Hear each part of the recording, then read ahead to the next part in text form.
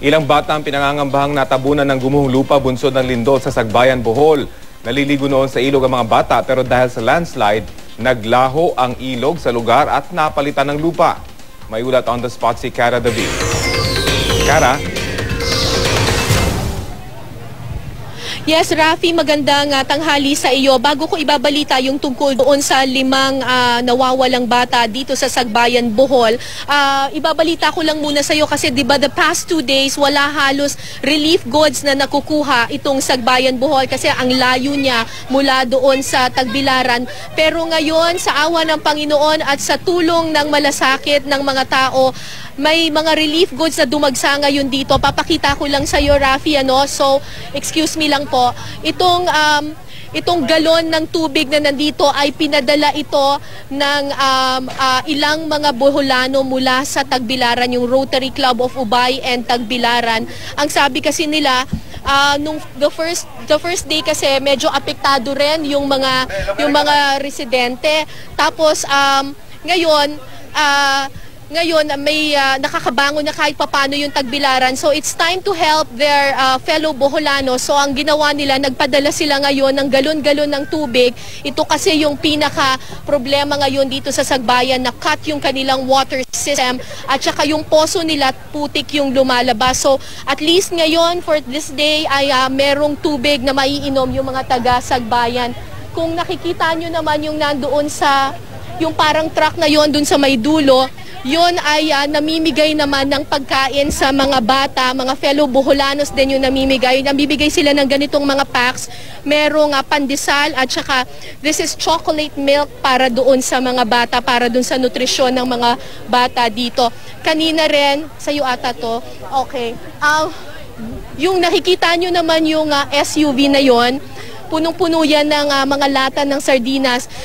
Isang German couple by the name of Peter Flashman who lives in Panglao. Meron silang beach resort sa Panglao. Nagpadala sila ng truck ng isang buong SUV na punong-puno ng mga lata ng sardinas para dito sa mga taga-Sagbayan. So kahit papano natutulungan na, nakakarating na ang tulong dito sa Sagbayan. Malaki yung pasasalamat ng mga taga rito sa mga nagmamalasakit para sa kanila. Pero hindi dito natatapos yung kalbaryo ng mga taga Sagbayan dahil kahit meron na ditong 11 patay, meron pang 5 bata na patuloy na nawawala. At kanina nagtungo tayo doon sa bundok kung saan nawawala itong mga batang ito. 5 bata sila, Rafi. Ang edad nila nasa 7, 10, 11, 13 at saka 12. Ang kwento sa atin kanina, nagpunta tayo mismo doon sa gubat kung saan nawala itong mga batang ito. Naliligo sila doon sa isang ilog.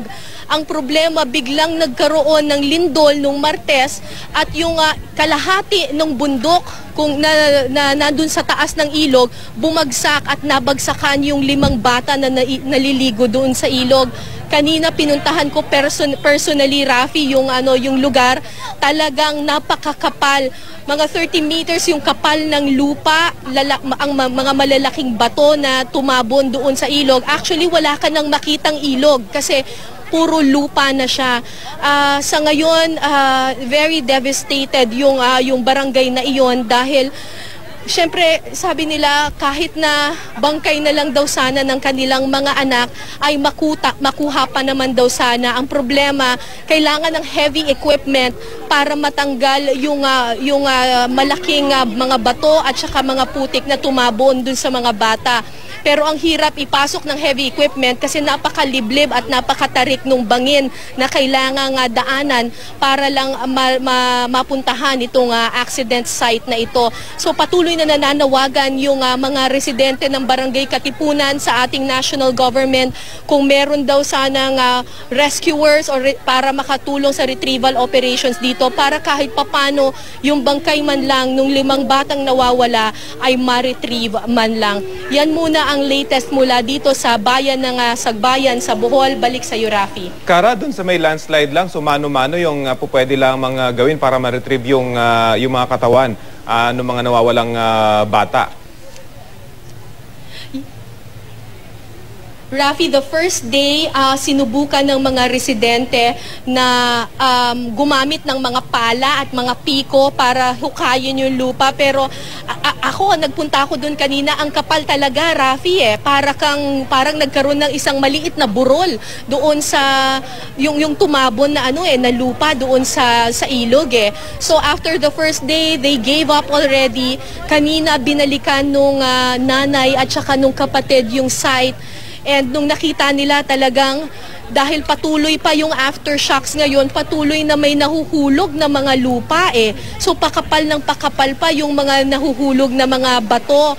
So kanina nung nagpunta rin kami doon, hindi kami nagtagal. Siguro mga 10 minutes lang ako doon sa lugar kasi may worry pa rin kami na baka mamaya pag nagkaroon ng aftershock may tumabo na naman at mag-landslide. So sandali lang din talaga kami doon. Yun yung dilema ngayon ng mga tao dito, Rafi, kung paano nila mahuhukay yung 5 bata. Sa video nga na ipinapakita nyo sa amin, talagang parang may malalaglag pa doon sa mga tipak ng mga lupa na naroon. Pero ngayon ba restricted area na yung lugar na yun, Kara? Hindi, Rafi. Hindi pa siya restricted area. Well, anybody can go there. Pero sa ngayon, wala rin namang nangangahas talagang pumunta.